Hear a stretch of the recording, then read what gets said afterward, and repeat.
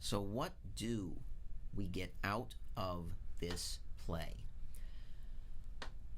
Ionesco, in talking about what he was hoping to do, wanted to present what he called a tragedy of language, and what he presents is largely successful in that respect.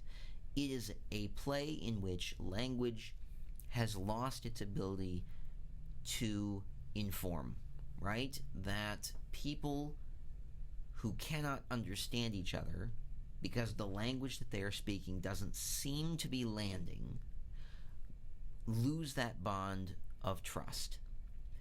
And that the desperation for trying to figure out how to make things work and how to communicate with each other can lead us into situations where, right, in the situation of Mr. and Mrs. Martin, who sit there and talk through who they are, why they've arrived at the same place, who they might be, how they might be related, how their daughter may be their daughter or may not be their daughter, simply have decided, right, that even though they're not entirely sure that they can trust each other, the desperation for connection is so great that they're going to pretend, right? Now, are they actually related to one another? I'm not sure. I think that Ionesco, that's not really the whole point, but the point is that language, if it's not understood by all parties, if it loses its ability to language, it can be really problematic. It can be very frightening, right?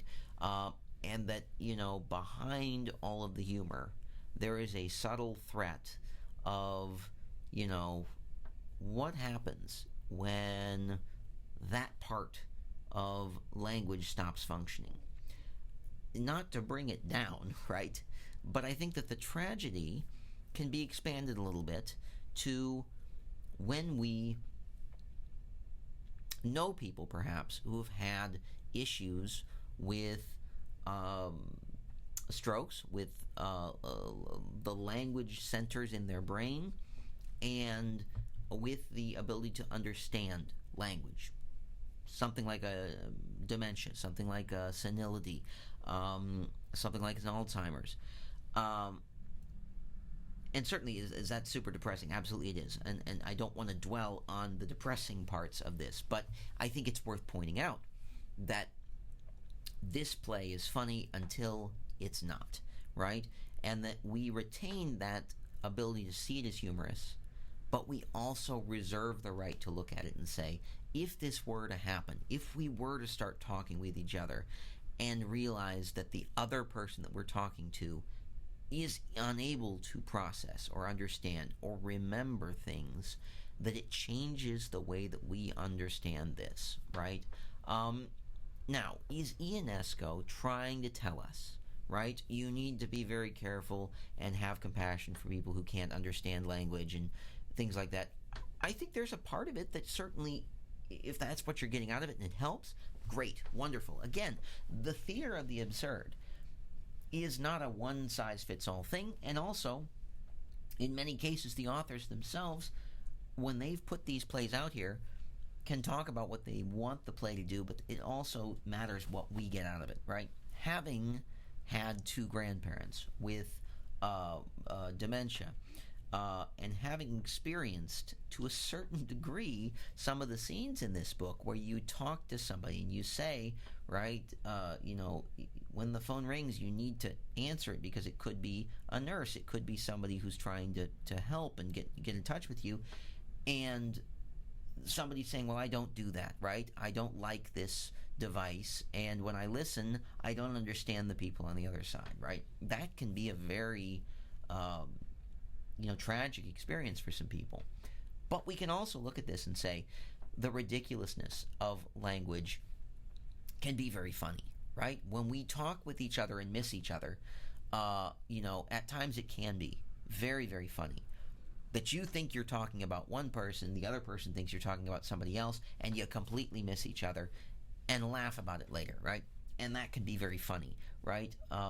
My best example of this is at one point in time, I had relatives coming in from out of town, and we were going to be meeting in Lima, Ohio, for lunch. I got to the lunch location, and I got a call, and my relative said, well, we're here in East Lima, and we don't know where you are. And the fact is that these places are miles and miles and miles apart, right? Hours apart. And so we had gone to the wrong place because they'd misunderstood one thing.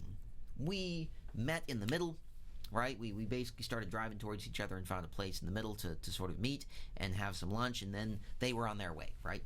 But, right, that kind of language, missing each other, can be very funny at times. And I think what Ionesco ultimately allows us to do is he allows us to look at language in a way that we have not maybe looked at it yet. We haven't looked at it this way before.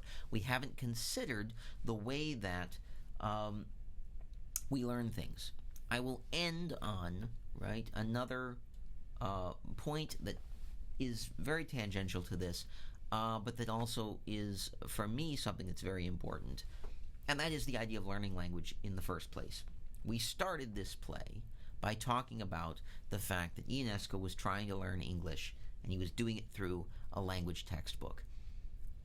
The way that we learn a second language is very unusual. We don't remember learning our first language because we didn't have the language to talk about the learning process or to process what it meant to learn a language. We simply learned it. By the time we were conscious of who we were and where we were, we pretty much had the language at least in there in a certain degree, and were able to start communicating with people, right? We communicated with hand signals, with screaming, with crying, with pointing, until we had the words to do so.